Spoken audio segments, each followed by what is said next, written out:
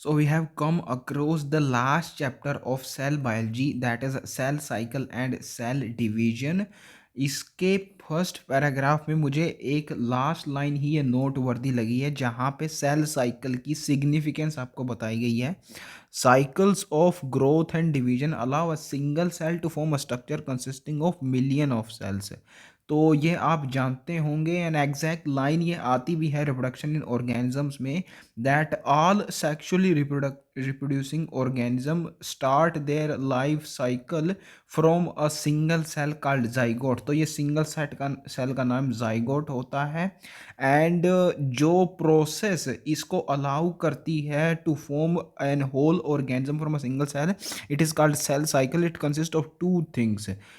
Basically two phases होते हैं cell cycle में. पहला इंटरफेज जिसमें ग्रोथ होती है, और दूसरा एम फेज माइटोटिक फेज उसको बोलते हैं जिसमें एक्चुअल डिवीजन होता है.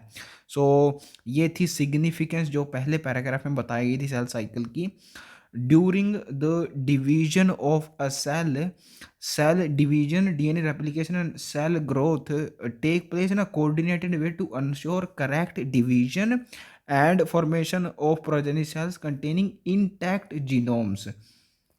तो यहाँ पे सेल साइकिल के इवेंट्स मेंशन किए गए हैं. जिस सीक्वेंस में इनको बताया गया है इसका जस्ट अपोजिट सीक्वेंस होता है सेल साइकिल का. पहले सेल ग्रोथ होती है यानी इंटरफेज, उसके बाद DNA replication and cell division होते हैं. ये दोनों एम फेज के अंदर आते हैं. And all of these events happen in a coordinated means sequential way, ताकि करेक्ट डिवीजन और इंटैक्ट जीनोम हो पाए. यानी कि पहले सेल ग्रोथ होती है, फिर डीएनए रेप्लिकेशन, उसके बाद डिवीजन होता है. ये सीक्वेंस यानी कोऑर्डिनेटेड वे में होते हैं. अगर ऐसा नहीं हुआ, देखिए डीएनए रेप्लिकेशन पहले हो गया, डीएनए रेप्लिकेशन हुआ नहीं और सेल डिवीजन हो गया, इससे क्या होगा, जितना ऑर्गेनिज्म में डीएनए था उसका हाफ ही अगले ऑर्गेनिज्म अगली सेल में ट्रांसफर होगा. बेसिकली सेल डिवाइड हो रही है, यहाँ पे सेल के लेवल पे बात करेंगे हम. तो जितना एक सेल में था उसका हाफ ही पहुंचेगा डीएनए, अगर रेप्लिकेट नहीं हुआ, सीक्वेंशियल वे में नहीं अक्कर किया, डिवीजन पहले हो गया और रेप्लिकेशन नहीं हुआ. तो इसलिए कोऑर्डिनेटेड वे में इन सारे इवेंट्स का अक्कर करना बहुत ज़रूरी है for the transfer of intact genomes from parents to progenies. The sequence of events by which cell duplicates its genome, synthesizes the other constituents of the cell and eventually divides into two daughter cells is termed a cell cycle. तो जो पीछे उसने events mention किए थे, cell division, DNA replication और cell growth, इन्हीं को दूसरी लैंग्वेज में मेंशन कर दिया गया है. Duplicates genome means DNA replication, synthesise the other constituents of the cell, ये सेल ग्रोथ के अंदर आएगा. And division into two daughter cell से सेल डिवीजन आ गया, तो उन्हीं को दोबारा यहाँ पे मेंशन किया है. Aldous in terms cell growth in terms of cytoplasmic increase is a continuous process. DNA synthesis occurs only during one specific stage in the cell cycle. And ये आपको याद रखना, बहुत इंपॉर्टेंट क्वेश्चन है ये, पीवाईक्यूज में बार बार आता है. इंटरफेस 3 हिस्सों में डिवाइड किया जाता है, आगे हम देखेंगे. एंड एस फेज उसमें ऐसा है सिर्फ जिसमें डीएनए सिंथेसिस होता है. सेल ग्रोथ कंटिन्यूअस होती है through out the interphase. In terms of cytoplasmic increase होती है सेल ग्रोथ, ये हमने लिविंग वर्ल्ड चैप्टर में भी देखा हुआ था. सो सी से साइटोप्लाज्मिक इंक्रीज और सी से कंटिन्यूअस प्रोसेस होती है. आप ऐसे याद रख सकते हैं थ्रू आउट द इंटरफेस, यानी इंटरफेस के तीनों फेजेस के अंदर जो जिसमें 3 हिस्सों में डिवाइडेड है वो सेल ग्रोथ अक्कर करती है. इसके जस्ट अपोजिट डीएनए सिंथेसिस सिर्फ एक ही फेज में होता है. इसको आप ऐसे समझ सकते हैं कि डीएनए का ब्रेकेज यानी एम फेज के अंदर डिवीजन होता है ना, उसमें एक पर्टिकुलर फेज है जिसको अनाफेज बोलते हैं, उसमें सेंट्रोमर डिवाइड करता है जो क्रोमोसोम के दोनों हिस्सों को जोड़े हुए होता है. तो अगर डिवीजन डीएनए का सिर्फ एक फेज में हो रहा है तो सिंथेसिस भी सिर्फ एक ही फेज में होगा, ऐसे आप इसको लर्न कर सकते हैं. एंड एस फेज होता है वो. All these complex series of events are themselves under genetic control. अब इसको समझना बहुत आसान है. हमने सिंगल सेल जाइगोट से शुरुआत की थी. एंड जाइगोट के अंदर पूरा इंटैक्ट डीएनए होता है. अगर ह्यूमंस की बात करें तो 46 क्रोमोसोम्स में डिस्ट्रीब्यूटेड होता है, यानी जेनेटिक मटेरियल उसमें प्रेजेंट है. और अगर जेनेटिक मटेरियल है तो जेनेटिक कंट्रोल भी होगा. कुछ अब यहाँ पे कुछ टीचर्स आपको मिलेंगे जो एग्जैक्ट सेल्स बताते हैं या फिर केमिकल्स, ऑफ कोर्स केमिकल्स, क्योंकि सेल तो एक ही है, जाइगोट उसके अंदर केमिकल्स बताते हैं जो इस जेनेटिक कंट्रोल में हेल्प करते हैं। आपको उनको लर्न करने की कोई ज़रूरत नहीं है क्योंकि एनसीईआरटी में मेंशन नहीं है, वो नहीं पूछे जाएंगे। आपको सिर्फ इतना समझना है यहाँ से कि कॉम्प्लेक्स सीरीज ऑफ इवेंट्स जो हो रहे हैं सेल साइकिल में, ये भी जेनेटिक कंट्रोल के अंडर होते हैं। There themself under genetic control. मैंने आपको रीज़न बता दिया क्योंकि जेनेटिक मटेरियल ऑलरेडी प्रेजेंट होता है जाइगोट के अंदर। Phases of cell cycle. A typical eukaryotic cell cycle is illustrated by the human cell in culture.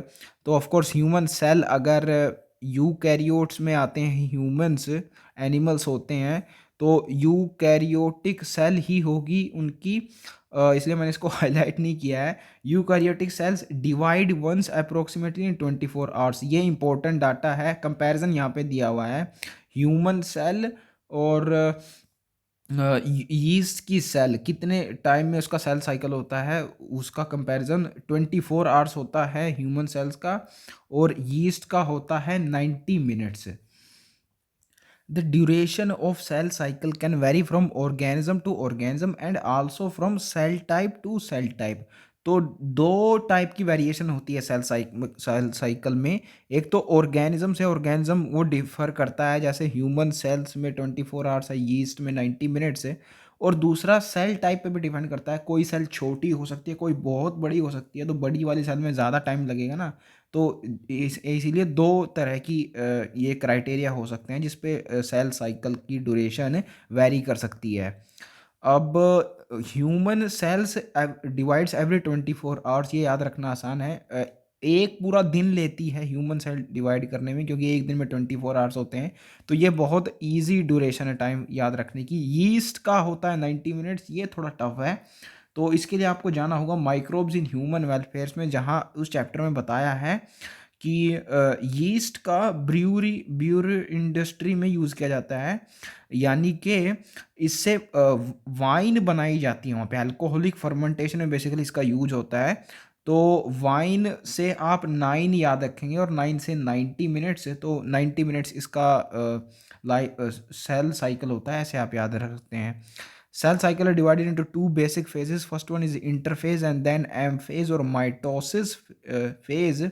Actually ये माइटोटिक फेज होना था, ये गलती कई जगह की है एनसीईआरटी ने।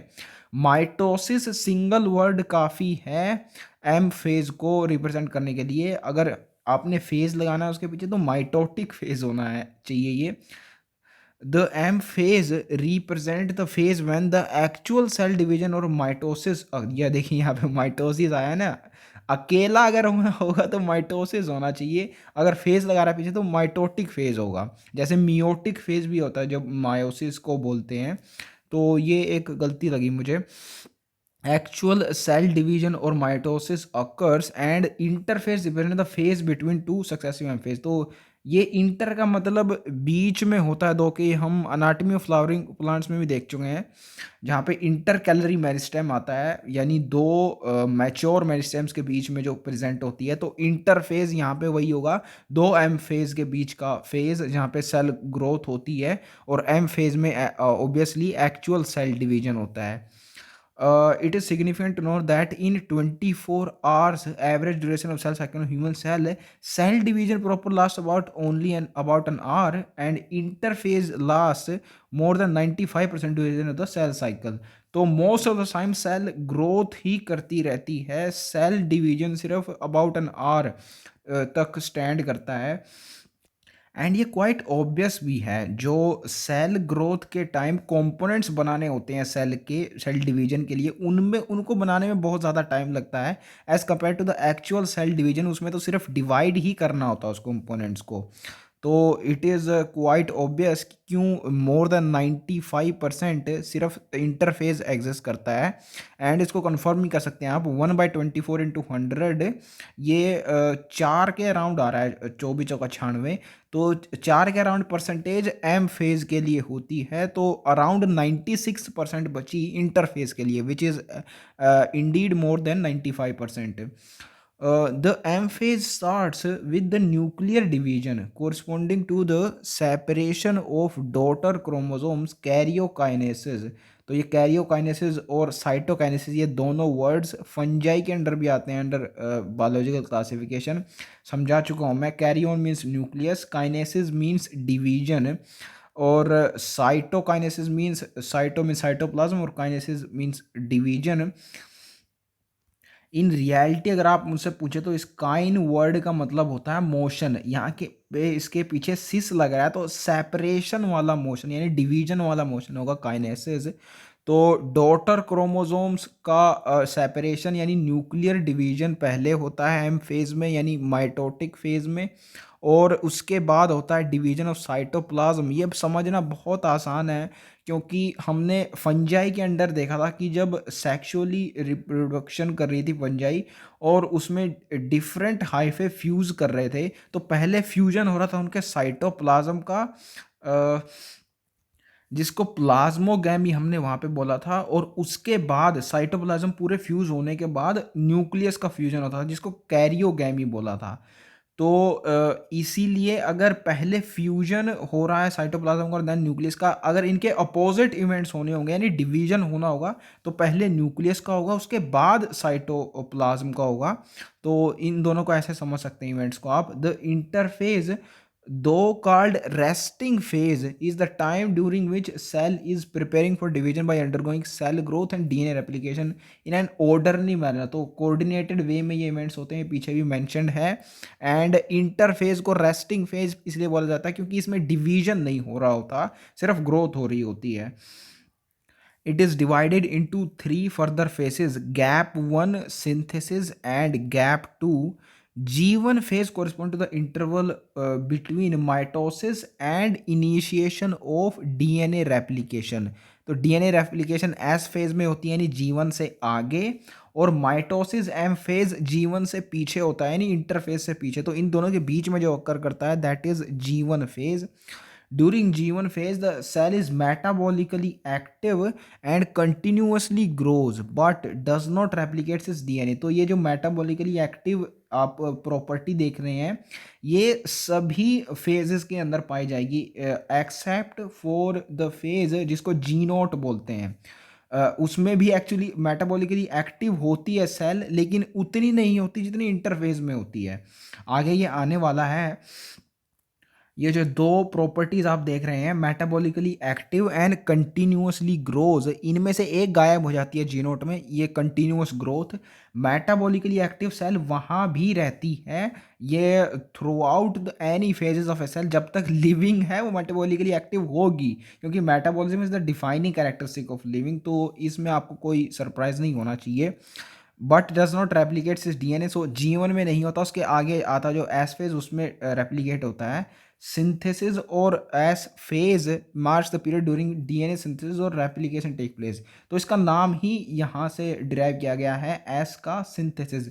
यहाँ पे डीएनए का सिंथेसिस होता है। डीएनए सबसे इंपॉर्टेंट चीज़ है जो रेप्लिकेट होनी चाहिए।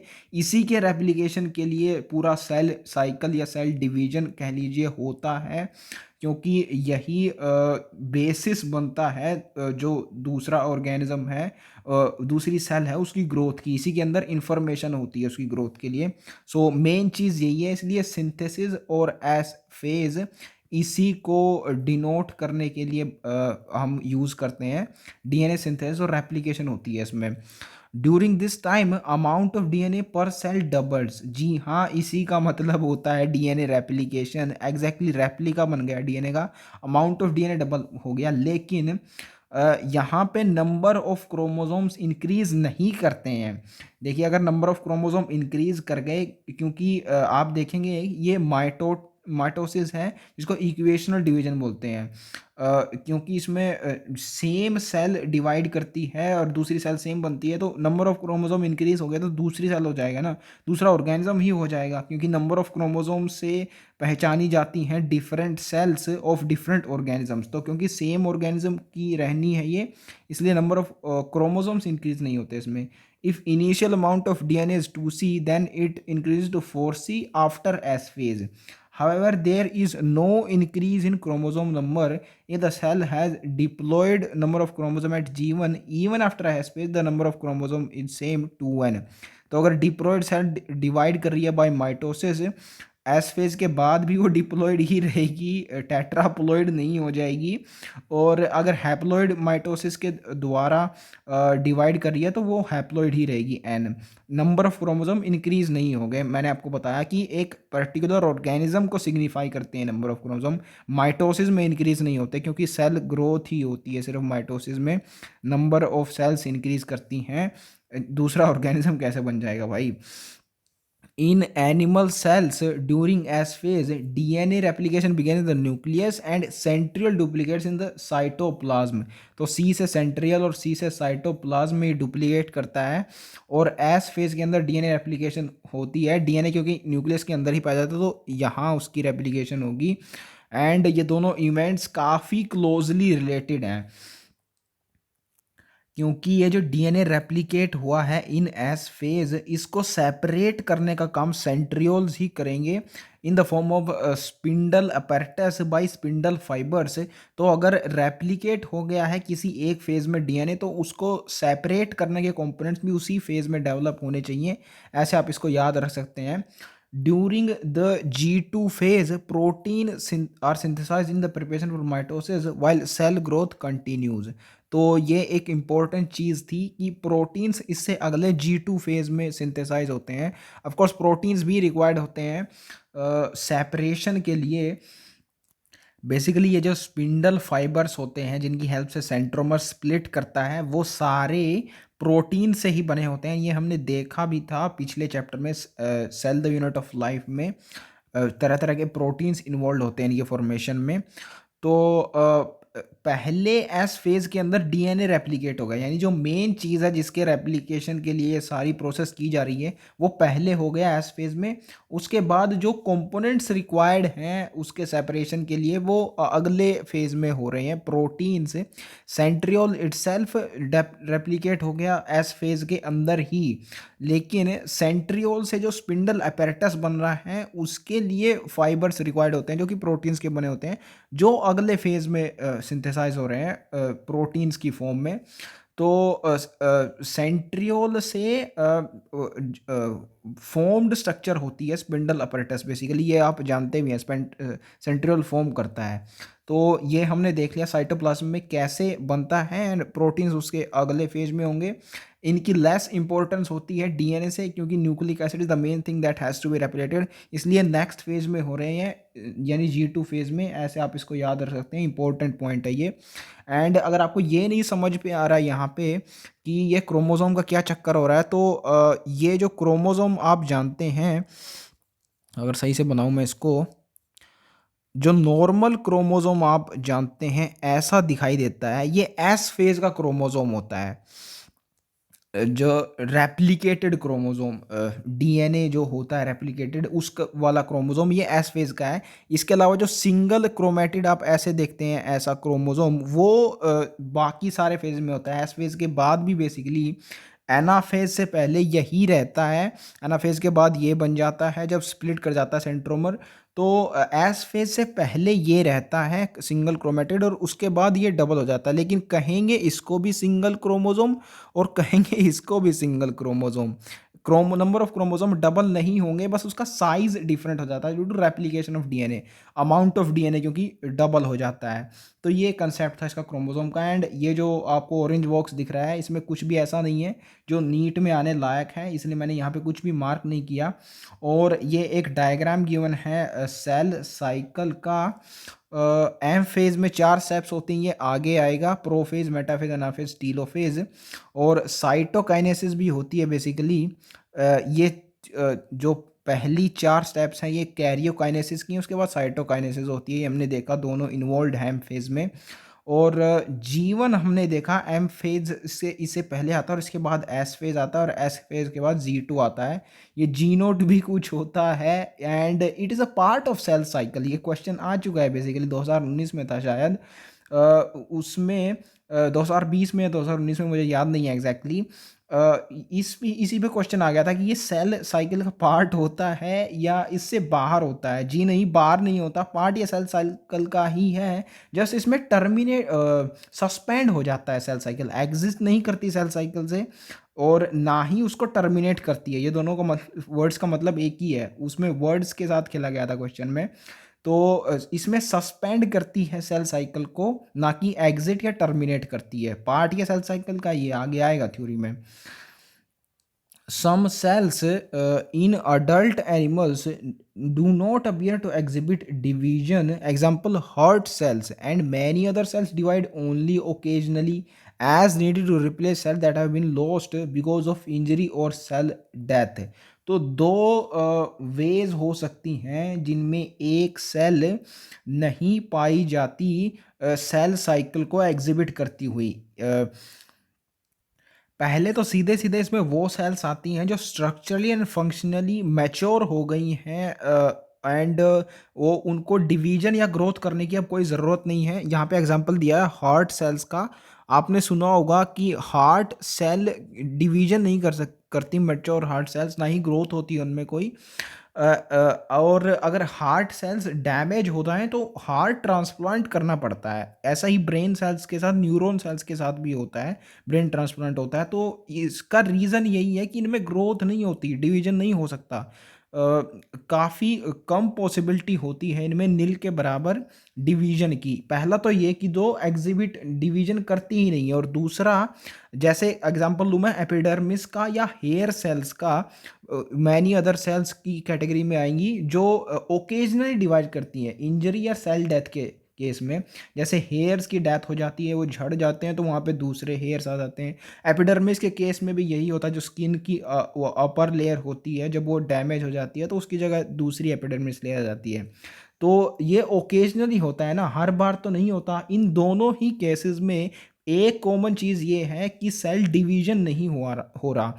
सो when the cell does not divide, they exit G1 phase to enter an inactive stage called quiescent stage of the cell cycle. ये इंपॉर्टेंट चीज़ है, ये फेज ये भी सेल साइकिल का ही है, लेकिन इसमें क्योंकि डिवीजन नहीं हो रहा, यानी एम फेज में जाना ही नहीं है किसी भी सेल को, तो जीवन एग्जिस्ट करेगी। जी हाँ, जीवन क्योंकि ग्रोथ फेज होता है ना, तो इसमें ग्रोथ एग्जिबिट हो जाती क्या बोलते हैं उसको, सस्पेंड हो जाती है बेसिकली ग्रोथ। तो एंड ग्रोथ हो रही होती है जीवन फेज के अंदर। तो अगर होती होती जब मैच्योर कंडीशन आ जाएगी किसी सेल की और ग्रोथ नहीं होनी होगी, तो जीवन से ही एग्जिट करेगी ना वो, क्योंकि जीवन के अंदर ग्रोथ कर रही थी। तो जीवन से एग्जिट करके उसके पीछे चली जाती है जी नोट फेज के अंदर, क्योंकि उसको फर्दर अब डिवाइड नहीं करना होता। तो ये फेज सेल साइकिल का ही होता है। और कहाँ से ये जाती है, इस पे भी आई थिंक 2021 में क्वेश्चन आया हुआ है। तो ये काफ़ी इंटरेस्टिंग लाइन्स है कुछ एनसीईआरटी की। यहाँ से एग्जामिनर बहुत पसंद करता है क्वेश्चन बनाना, तो ध्यान से आपको देखना है इन सभी लाइन्स को। Cells in this stage remains metabolically active, ये मैंने आपको बार बार बताया है। अगर मेटाबॉलिकली एक्टिव होना ही पड़ेगा किसी भी सेल को, अगर वो लिविंग है तो डेड हो जाएगी अगर एक्टिव नहीं है। But no longer proliferate unless called on to do so depending on the requirement of the organism. तो ये जो अनलेस वर्ड यूज़ किया गया है, ये सिर्फ सेकंड टाइप ऑफ सेल्स के लिए यूज़ किया गया है, तो डिवाइड कर सकती हैं ओकेजनली। हार्ट सेल या दूसरी मैच्योर सेल्स, मैंने आपको एग्जांपल्स दिए थे, वो तो डिवाइड कर ही नहीं सकती किसी भी केस में। अगर डैमेज हो गई तो रिप्लेसमेंट चाहिए उनकी बस, और कोई तरीका नहीं है। तो ये जो रिक्वायरमेंट ऑफ द ऑर्गेनिज्म के हिसाब से डिवीजन हो रहा है, ये एपिडर्मिस या फिर हेयर सेल्स जैसी सेल्स के लिए पॉसिबल है। दे नो लॉन्गर प्रोलिफरेट, जब तक कोई हेयर मैच्योर या फिर डेथ नहीं हो जाती उस हेयर सेल्स की, एपिडर्मिस की, दे नो लॉन्गर प्रोलिफरेट, या फिर सेल डिवीजन उनमें नहीं होता, ना ही सेल ग्रोथ होती है, इसलिए वो इस क्विसेंट स्टेज में चले जाते हैं। एंड ये जो क्विशेंट वर्ड है, इसके पीछे सेंट आ रहा है, उससे आप शांत वर्ड याद रख सकते हैं। यानी इस स्टेज में सेल शांत हो जाती है, नहीं ना कि कोई भी प्रोलिफरेट नहीं करती, यानी सेल ग्रोथ नहीं होती और ना ही सेल डिवीजन होता है। तो शांत हो जाती है इसमें सेल्स इस स्टेज के अंदर। एंड यहाँ पे जो ऑरेंज बॉक्स दिया हुआ है, डेफिनेटली इसमें मैंने हाईलाइट किया हुआ है, ये इंपॉर्टेंट है। You have studied mitosis in onion root tip cells. तो अनियन रूट की टिप की सेल्स यूज की जा सकती हैं माइटोसिस की स्टडी करने में, नॉट मायोसिस। ये इंपॉर्टेंट क्वेश्चन हो जाता है यहाँ से। तो आपसे क्वेश्चन की फॉर्म में पूछा जा सकता है, which part of a plant is can be used most probably most effectively can be used in studying mitosis. तो it is tip cells, onion root में टिप सेल्स, क्योंकि मैथमेटिक ग्रोथ होती है ना, वहाँ पे डिवीजन लगातार होता रहता है, इसलिए माइटोटिक डिवीजन्स, इसलिए माइटोसिस को स्टडी करने के लिए रूट टिप सबसे बढ़िया रहती हैं। अनियन का आपको याद रखने की कोई ज़रूरत नहीं है, रूट टिप यहाँ पे इंपॉर्टेंट है, टिप इंपॉर्टेंट है बेसिकली। एंड इसी तरीके से मायोसिस को स्टडी करने के लिए आप जिन सेल्स का यूज़ करते हैं वो आप देखेंगे sexual reproduction in flowering plants में वो आती हैं मेगास्पोर मदर सेल्स है, क्योंकि वहाँ पे मायोसिस होती है, 2n से n में जाता माइक्रोस्पोर्स और मेगास्पोर्स वहाँ पे बनते हैं, इसलिए जो मदर सेल्स होती हैं ये डिप्लॉयड, इनमें मायोसिस की स्टडी बढ़िया होती है। तो पोलन ग्रेन्स और उसके जस्ट अपोजिट जो फीमेल फ्लावर्स में होता है उनमें बढ़िया स्टडी होती है मायोसिस की, और यहाँ रूट या शूट टिप्स के अंदर माइटोसिस की स्टडी अच्छी होती है। तो ये दो कंसेप्ट थे। इट हैज़ 16 क्रोमोसोम्स, अब ये नंबर भी आपको याद रखना है, लेकिन यहाँ याद मत रखिए, रिप्रोडक्शन इन ऑर्गेनिज्म में बहुत सारे ऑर्गेनिजम्स के हैप्लॉइड और डिप्लॉइड कंटेंट ऑफ क्रोमोसोम दिए हुए हैं, उन सबको हमको लर्न करना है। तो वहाँ पे मैं ट्रिक से आपको बताने वाला हूँ हर एक ऑर्गेनिज्म के, जैसे ये ओनियन है प्लांट, इसको मैं ऐसे लर्न करवाने वाला हूँ आपको। वहाँ पे देखिए ओनियन ऐसा होता है ना, और इसमें एक और ओनियन अगर इसके साइड में रख दिया जाए तो 8 बन जाएगा, यही इसमें हैप्लॉइड नंबर ऑफ क्रोमोसोम होते हैं 8 है। और अगर हैप्लॉइड 8 है तो डिप्लॉइड 16 होंगे, ऐसे मैं आपको लर्न करवाने वाला हूँ ये, और सारे ऑर्गेनिज्म के भी देखने वाले हैं वहाँ पे। Can you tell how many chromosomes will the cell have at G1 phase, तो G1 में उतने ही होंगे जितने डिप्लॉइड सेल में होते हैं, यानी 16 होंगे G1 में। आफ्टर हैज फेज और आफ्टर एम फेज, देखिए यहाँ पे इक्वेशनल डिवीजन हो रहा है, और आपसे पूछा है नंबर ऑफ क्रोमोसोम्स, तो तीनों में सेम होंगे। हमने पीछे देख लिया कि नंबर ऑफ क्रोमोसोम इंक्रीज या डिक्रीज नहीं होते हैं, डीएनए डबल होता है, तो तीनों में सेम क्रोमोसोम नंबर रहेंगे। ये इंपॉर्टेंट क्वेश्चन बन गया यहाँ से। बात की जाए अगर डीएनए कंटेंट की, तो G1 में उतना ही होगा, 2C होगा कंटेंट, आफ्टर S 4C हो जाएगा, एट G2 भी 4C ही होगा, और आफ्टर M अगेन 2C हो जाएगा। यहाँ पे दिया भी हुआ है 2C, पूछा गया आपसे। तो ये डीएनए कंटेंट की variation along with the phases of cell cycle, ये आपको पता होना चाहिए। एंड क्रोमोसोम्स माइटोसिस में कॉन्स्टेंट रहते हैं, ये भी इंफॉर्मेशन आपने देख ली है थ्योरी में। In animals mitotic cell division only seen in diploid somatic cells, तो सोमैटिक सेल्स ये वर्ड आता है पीछे बायोलॉजी क्लासिफिकेशन में, आई थिंक ये आता है अंडर द फंजाई, अगर मैं सही से रिकॉल कर पा रहा हूँ तो बैसिडियोमाइसिटीज में ये वर्ड आया था। तो दो टाइप की सेल्स होती हैं किसी भी ऑर्गेनिज्म के अंदर, एक सोमैटिक और एक गैमेटिक सेल्स। गैमेटिक मायोसिस से प्रोड्यूस होती हैं और सोमैटिक माइटोसिस से। ये आपको ज़रूर पता होगा अगर आपने अल्टरनेशन ऑफ जनरेशन पढ़ा है अंडर प्लांट किंगडम। तो एनिमल्स में usually mitotic cell division somatic cells में ही होती है, मैंने आपको अभी बताया। गैमेटिक तो प्रोड्यूस होती हैं मायोसिस से। तो however there are a few exception to this where haploid cells divide by mitosis, for example male honey bees. तो इन मेल हनी बीज के बारे में डिस्कस में डिटेल में डिस्कस किया गया है प्रिंसिपल्स ऑफ इनहेरिटेंस चैप्टर में। ड्रोन्स बोला जाता है इनको, और हैप्लॉइड होते हैं बेसिकली, डिप्लॉइड ऑर्गेनिज्म नहीं है, हैप्लॉइड हैं। तो हैप्लॉइड सेल्स अगर इनकी हैं तो यही माइटोसिस के द्वारा डिवाइड करेंगी। एंड ऑफ कोर्स एनिमेलिया का पार्ट है ये, हनी बीज और इंसेक्टा के अंदर आती हैं, आर्थ्रोपोडा फाइला के अंदर। तो ऑफ कोर्स ये एनिमल्स ही हैं, तो एनिमल्स का ये एक्सेप्शन हो गए, क्योंकि यूजुअली सोमैटिक सेल्स यानी डिप्लॉइड सेल्स डिवाइड करती हैं ना, यहाँ पे हैप्लॉइड कर रही हैं। Against this plants can show mitotic division in both haploid and diploid sales. Plants में नॉर्मली ऐसा होता है, क्योंकि हैप्लॉइड ऑर्गेनिजम्स जैसे कि एल्गी बहुत सारे पाए जाते हैं प्लांट्स में, इसलिए उनमें नॉर्मल होता है, हैप्लॉइड सेल्स भी डिवाइड कर सकती हैं माइटोसिस से। एंड ये बहुत अच्छे से हमें पता है, क्योंकि अल्टरनेशन जनरेशन में ये देख चुके हैं बहुत बार। चैप्टर 3 यहाँ पे मेंशन किया है, प्लांट किंगडम, उसी के अंदर आता है ये, alternation of generation. Identify the plant species and stages eight which mitosis is seen in haploid cells. तो यही आपसे एक्सरसाइज बोली गई है करने को, अल्टरनेशन ऑफ जनरेशन में वापस जाइए और किन स्पीशीज में ऐसा होता था कि हैप्लॉइड सेल्स डिवाइड कर रही हैं माइटोसिस से, और किन स्टेजेस में ऐसा होता था, ये आपसे पूछा गया है इसमें। तो जिन स्पीशीज के अंदर हैप्लोन्टिक या हैप्लोडिप्लोन्टिक लाइफ साइकिल पाया जाता है, उनके अंदर हैप्लॉइड सेल्स डिवाइड करती हैं माइटोसिस से। और स्टेजेस की अगर हम बात करें तो गैमेटोफिटिक स्टेज वो होती है जो हैप्लॉइड सेल्स जिसमें पाई जाती हैं, जो माइटोसिस से डिवाइड करती है। अगर आपको एग्जांपल्स देखने हैं तो ये चैप्टर रेफर कर सकते हैं आप, मैंने डिटेल में इसको समझाया हुआ है।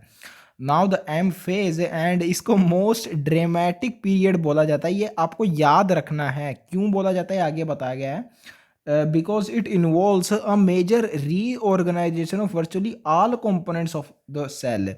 तो रीऑर्गेनाइजेशन इसमें होता है बेसिकली। एम फेज से पहले क्या हो रहा था, इंटरफेस था, उसमें सारे कंपोनेंट्स डबल हो गए थे एक सेल के। तो बहुत अजीब सी दिख रही थी सेल, एक सेल के अंदर दो सेल्स के कंपोनेंट भर दिए गए हैं इस इंटरफेस के अंदर। तो उसको डिवाइड करना होता है बेसिकली एम फेज में। तो पहले जो एम फेज से पहले होता है इंटरफेज, उसमें कुछ कुछ दिखती तो है सेल, एक सेल जैसी स्ट्रक्चर। एम फेज में बिल्कुल सेल्स के जैसी नहीं दिखती, वो बिल्कुल दुर्गति हो जाती है उसकी। जितने भी माइटोकॉन्ड्रिया, गोल्जी, ये सारे ऑर्गेनेल्स हैं, ये सारे टूट जाते हैं इनके सिंपल कंपोनेंट्स में। और एरिया यहाँ पे क्रिएट किया जाता है फॉर सेल डिवीजन, क्योंकि न्यूक्लियर डिवीजन होना होता है ना उसमें, तो रीऑर्गेनाइजेशन इसमें हो जाता है। एंड शुरुआत में हो रहा होता है ये सब in prophase, the first phase of this M phase, and at the ending of this M phase in telophase दोबारा वही जैसे सिंपल सेल की स्ट्रक्चर होती है वैसे क्रिएट हो जाती है। तो ऐसे करके इसमें ड्रामा चल रहा होता है। ड्रामे में यही होता है ना, शुरुआत में चीज़ें बिगड़ जाती हैं और बाद में हैप्पी एंडिंग हो जाती है। तो वैसा ही इसमें ड्रामा हो रहा है, इसलिए इसको मोस्ट ड्रामेटिक पीरियड बोला गया है। There is a reason behind it, and आपको याद रखना है ये। इसको इक्वेशनल डिवीजन बोलते हैं माइटोसिस को, क्योंकि इसमें नंबर ऑफ क्रोमोसोम सेम रहते हैं in the parent cells and the daughter cells, क्योंकि ऑर्गेनिज्म की, एक सिंगल ऑर्गेनिज्म की सेल्स को डिवीजन करने में ये हेल्प करती है। अगर नंबर ऑफ क्रोमोसोम चेंज हो गए तो सेल डिफरेंट हो जाएगी, ऑर्गेनिज्म ही डिफरेंट हो जाएगा ना। तो इसलिए इसको इक्वेशनल डिवीजन बोलते हैं, नंबर ऑफ क्रोमोसोम इसमें सेम रहते हैं। दो for convenience mitosis has been divided into 4 stages of nuclear division, karyokinesis होता है। It is very essential to understand that cell division is a progressive process and very clear cut lines can not be drawn between various stages. अब ये बात समझना आपके लिए बहुत easy होना चाहिए, ऑब्वियस, बिकॉज ये एम फेज चल रहा है कैरियोकाइनेसिस जिसमें होगी। इससे पहले जो इंटरफेज था उसको उसमें सेल ग्रोथ हो रही थी, वो भी तो कंटिन्यूअस था। तो अगर सेल ग्रोथ यानी इंटरफेज कंटिन्यूअस प्रोसेस हो सकती है, तो सेल डिवीजन यानी एम फेज को प्रोग्रेसिव यानी कंटिन्यूअस प्रोसेस मानने में आपका क्या जा रहा है, तो ये भी होगा कंटिन्यूअस यानी प्रोग्रेसिव। क्लियर कट लाइंस इसमें डिफाइन नहीं कर सकते आप, जैसे कि आप वहाँ नहीं कर सकते क्योंकि वो भी कंटिन्यूअस थी। क्यों, फिर कन्वीनियंस के लिए ही ऐसा किया जाता है कि 4 स्टेजेस में इसको डिवाइड किया जा रहा है। यानी एक आर का जो एम फेज होता है, डिवीजन फेज ह्यूमन सेल्स के अंदर, उसमें किस टाइम पे क्या चल रहा है, इसको कन्वीनियंटली जानने के लिए हमने इन 4 स्टेजेस को क्रिएट किया है। इवन दो ऐसी कोई स्टेजेस रियल में एग्जिस्ट नहीं करती, and we can not define clear cut lines between these phases, ऐसा यहाँ पे समझाया गया है। एंड मैंने आपको बता दिया कि क्यों ऐसा पॉसिबल है, क्योंकि इंटरफेस भी में भी कंटिन्यूअस प्रोसेस होती है। तो 4 स्टेजेस हैं ये, prophase, meta, ana and telophase. इनका सीक्वेंस याद रखना बहुत आसान है, क्योंकि हमने cell the unit of life chapter के अंदर टाइप्स ऑफ क्रोमोसोम्स पढ़े तो उससे आप लर्न कर सकते हैं। ये लास्ट में उसमें आता है टीलोसेंट्रिक और एक्रोसेंट्रिक, सेकंड लास्ट एक्रो होता है, तो एक्रो से एनाफेज और लास्ट टीलोसेंट्रिक से टीलोफेज आपको याद हो जाएगा। पहले जो आता है उसको प्रोफेज बोलते हैं, तो पी से पहले पी से प्रोफेज और बचा सिर्फ मेटाफेज, तो ये इसके बाद आएगा। तो ऐसे इन सब का सीक्वेंस आप याद रख पाएंगे। The first one is prophase, which is the first stage of karyokinesis or nuclear division, or M phase of mitosis, follows S and G2 phases। तो S और G2 इंटरफेज में आते हैं। G2 के बाद आता है ये M फेज का पहला हिस्सा प्रोफेज।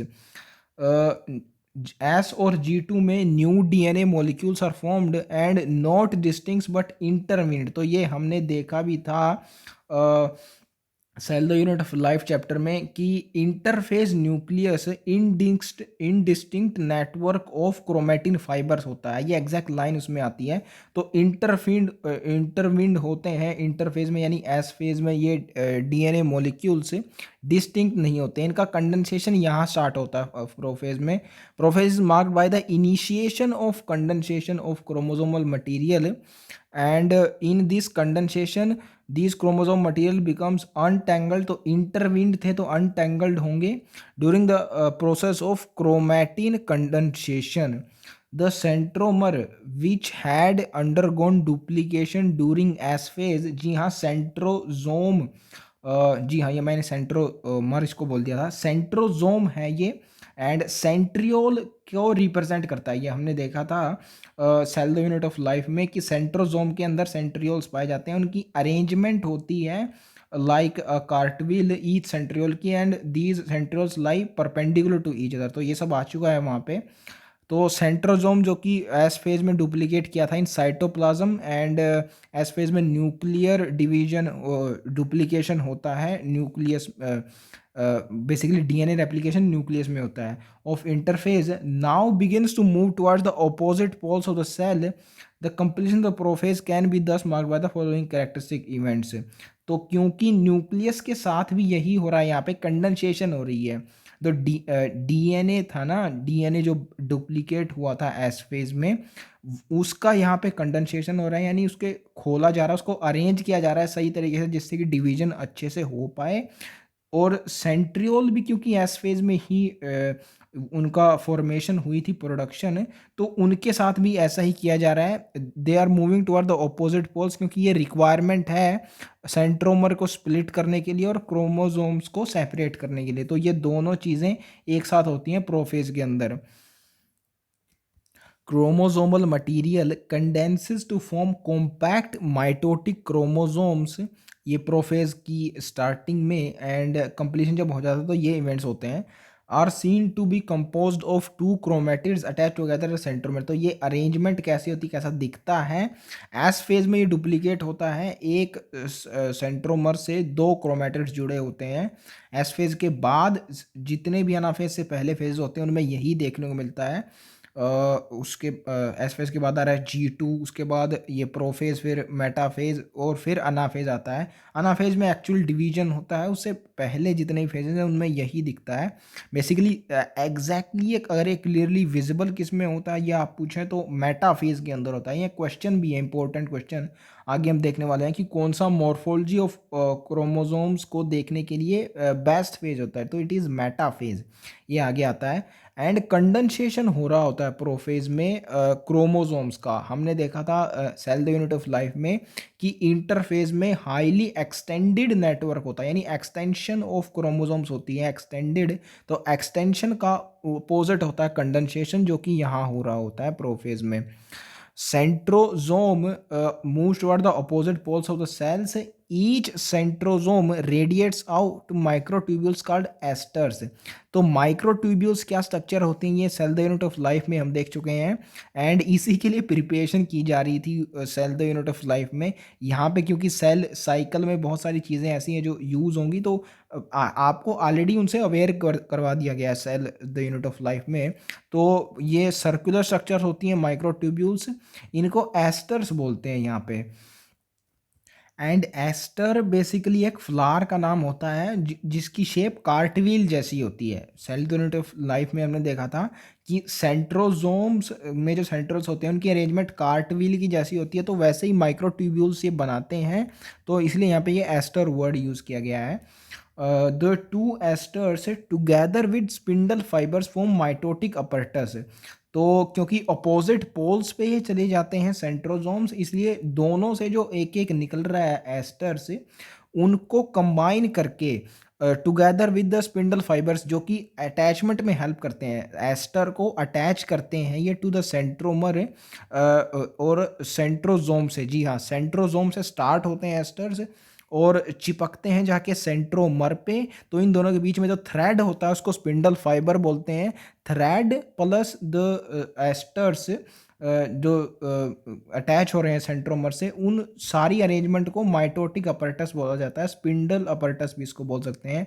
ये अराइज करता है सेंट्रोम जोम से, ये लाइन आती है cell the unit of life में हमने देखा था, तो वहीं से इसकी फॉर्मेशन हो रही है।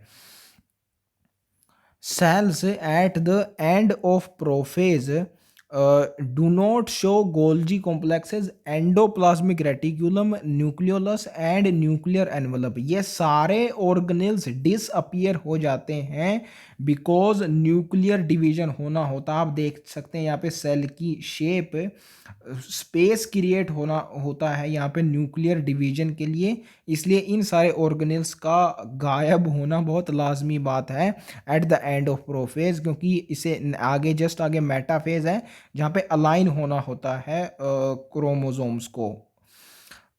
The next one is metaphase. The complete disintegration of nuclear envelope marks the start of the second phase of the mitosis, and hence the chromosomes are spread through the cytoplasm of the cell।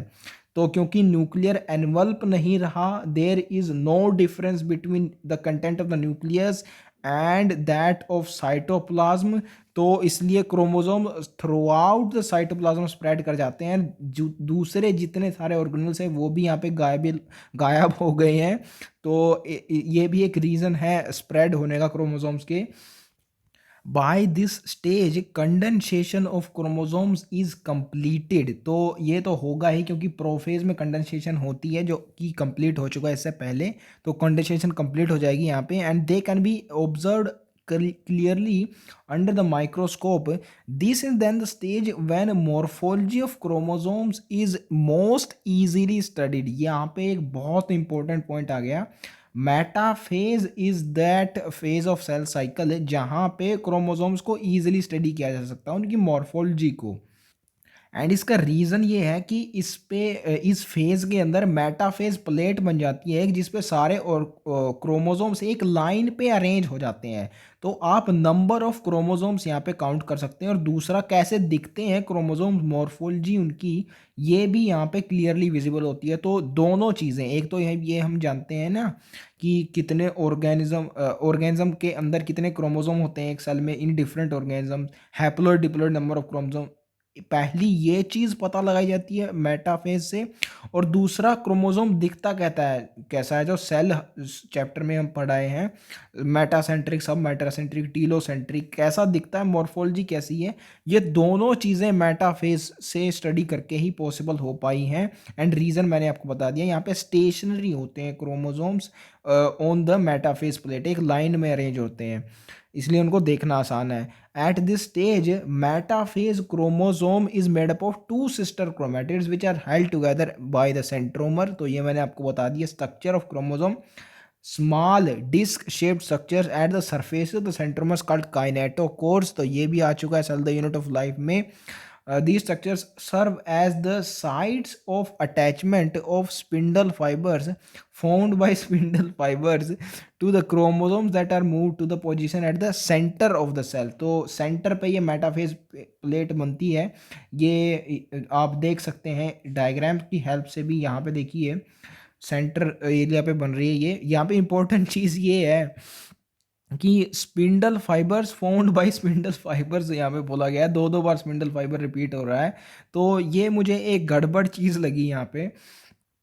अगर आप मुझसे पूछे तो ये second time spindle fibre आया है, यहाँ पे स्पिंडल अपरेटस होना चाहिए। स्पिंडल अपरेटस के अंदर उसके कंसिस्टिंग थिंग होती है spindle fibres, so that's why we can say spindle fibres are found by spindle apparatus. तो ऐसी ये लाइन होनी चाहिए, लेकिन आपको एज इट इज इसको ऐसे ही याद रखना है क्योंकि एनसीईआरटी में ये गिवन है ऐसे ही। तो ठीक करके भी मैं चीज़ों को बता देता हूँ आपको, लेकिन आपको याद ऐसे ही रखनी होती है क्योंकि मैं आपको कई बार बता चुका हूँ। मॉलिक्यूलर बेसिस ऑफ इनहेरिटेंस से एक क्वेश्चन आ गया था जो कि एज इट इज़ मिस्टेक उठा ली थी एनटीए ने। ये नहीं देखता वो सही क्या है, एनसीईआरटी में क्या लिखा है वो ये देखता है। तो ये एज इट इज़ आपको याद होना चाहिए। Hence, metaphase is characterized by all the chromosomes coming to lie at the equator, with one chromatid of each chromosome connected by the kinetochore to the spindle fibers from one pole and sister chromatid connected by the kinetochore from the opposite pole। तो ये arrangement होती है जो कि इस figure में बहुत clearly mentioned है, आप यहाँ से अंदाज़ा लगा सकते हैं। एक एंड पे सेंट्रोमर से अटैच होता है ये अपना स्पिंडल फाइबर है, और एक सिस्टर क्रोमेटिड से, और दूसरे एंड से दूसरी सिस्टर क्रोमेटिड से अटैच होता है। वही बात यहाँ पे बताई गई है। इक्वेटर का मतलब सेंट्रल एरिया ही होता है, central line. The plane of alignment of chromosomes at metaphase refer to as metaphase plate. तो इसी को मेटाफेज प्लेट बोलते हैं। इसी प्लेन को, प्लेट बेसिकली प्लेन को रिप्रेजेंट कर रही है एंड मेटाफेज के अंदर आ रहा है तो metaphase plate. Features of metaphase are spindle fibres attach kinetochores of the chromosomes, ये पहली बात होती है। मेटाफेज प्लेट पे अरेंज होने के बाद ये स्पिंडल फाइबर्स अटैच करते हैं उससे, क्योंकि नेक्स्ट स्टेज में इनको स्प्लिट करना होता है इन्हीं की हेल्प से। chromosomes are moved to the spindle equator and get aligned along the metaphase plate through spindle fibers to the both poles।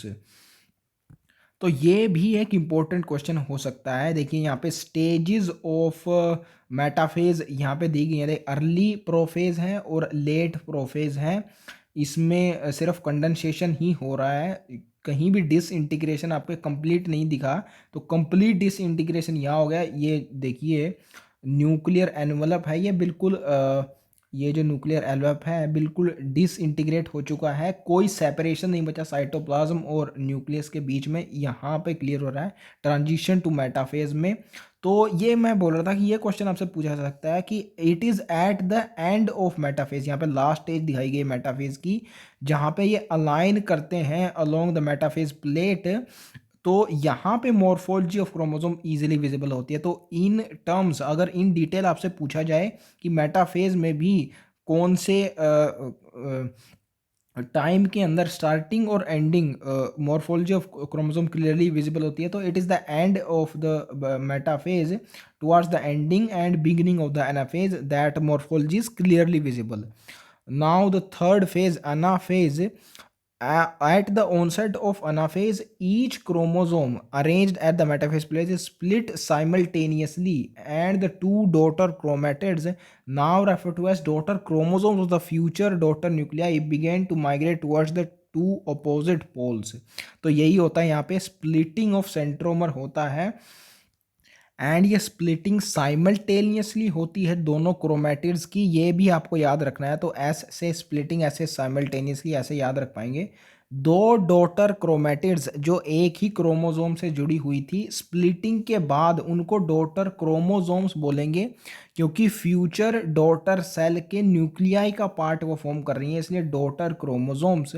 They migrate towards the opposite poles. centromer of each chromosomes remain directed towards the pole and leading at the leading edge आगे रहता है वो, and arms of the chromosomes are trailing behind। तो ये बहुत obvious scene है क्योंकि centromere से जुड़ा हुआ है हमारा सेंट्रोजोम, जो एस्टर्स यानी स्पिंडल फाइबर्स थे, काइनेटोकोर से यानी सेंट्रोमर से जुड़े हुए थे, उस पे फोर्स लगाएंगे वो उसकी अपनी ओर, उसको खींचेंगे तो सेंट्रोमर आगे रहेगा, it will be on the leading edge, and arms of the chromosomes वो पीछे रहेंगे, they must be trailing behind, पीछे आएंगे वो। Thus the anaphase stage is characterised by following key events. Centromere split and chromatids separates and move towards opposite pole. So सिर्फ इतनी ही simple चीज होती है एनाफेज में, इसलिए इसको shortest phase of M phase भी बोल सकते हैं। माइटोसिस का शॉर्टेस्ट फेज होता है अनाफेज। ये इंपॉर्टेंट चीज है, आप इसके इवेंट से पता लगा सकते हैं। इसमें सिर्फ स्प्लिटिंग होती है और मूविंग टुवर्ड्स ऑपोजिट पोल्स होता है, तो इसमें कितना ही टाइम लग जाएगा। बाकी सब इवेंट्स में तो जो इससे पहले थे, प्रोफेज, मेटाफेज या फिर इसके बाद टीलोफेज आएगा, इनमें क्योंकि बहुत सारे इवेंट्स हो रहे हैं इसलिए इनमें टाइम लगता है और ये शॉर्टेस्ट होता है। आप ऐसे इसको पता लगा सकते हैं। एंड यहाँ से देखिए सेंट्रोमर लीडिंग एज पे है और arms of the chromosomes are trailing behind. This scene is clearly visible through this diagram. तो ये होता है अनाफेज के अंदर। एंड इसके बाद आता है last phase of M phase यानी माइटोसिस इज टीलोफेज। कैरियोकाइनेसिस का लास्ट फेज है ये। At the beginning of the final stage of the karyokinesis या लास्ट स्टेज टीलोफेज होता है ये, chromosomes that have reached the respective poles decondense and lose their individuality. तो extended जो network था इंटरफेज न्यूक्लियस के अंदर, वही यहाँ पे दोबारा फॉर्म होगा, एक्सटेंशन होगी। डीकंडेंसेशन को ये एक्सटेंशन बोल सकते हैं। एंड मैंने आपको बताया था कि ड्रामेटिक फेज होता है एम फेज। शुरुआत में जो हुआ था जस्ट सपोज उसके एंड में होगा हैप्पी एंडिंग होगी, तो वहीं वैसा ही हो रहा है। डीकंडेंसेशन यहाँ पे हो रही है। They will lose their individuality यानी इंटरविंड दोबारा हो जाएंगे ये, जो कि अनटेंगल्ड हो गए थे प्रोफेज के अंदर। Individual chromosomes can no longer be seen and chromatin material tends to collect as two poles of the cell. तो वैसा ही यहाँ पे बोला गया है, इंडिविजुअल क्रोमोसोम्स यहाँ पे नहीं दिखेंगे, इंडिविजुअलिटी लूज हो जाएगी, इंटरवीन्ड हो जाएंगे दोबारा जैसा कि प्रोफेज में था। इसके की इवेंट्स क्या होंगे ये आगे बताया गया है। Chromosome cluster eight opposite spindle poles and their identity lost as discrete elements। दूसरा न्यूक्लियर एनवलप डेवलप्स, तो प्रोफेज का जस्ट अपोजिट हो रहा है, वहाँ पे डिसइंटीग्रेट हो गया था। अराउंड द क्रोमोसोम्स क्लस्टर एच each pole forming two daughter nuclei. तो towards the opposite poles daughter nuclei बन गए होते हैं इसमें, और ये सारे जितने भी ऑर्गेनेल्स वहाँ पे गायब हुए थे दोबारा ये रीफॉर्म हो जाते हैं। ड्रामा कंप्लीट हो जाता है यहाँ पे।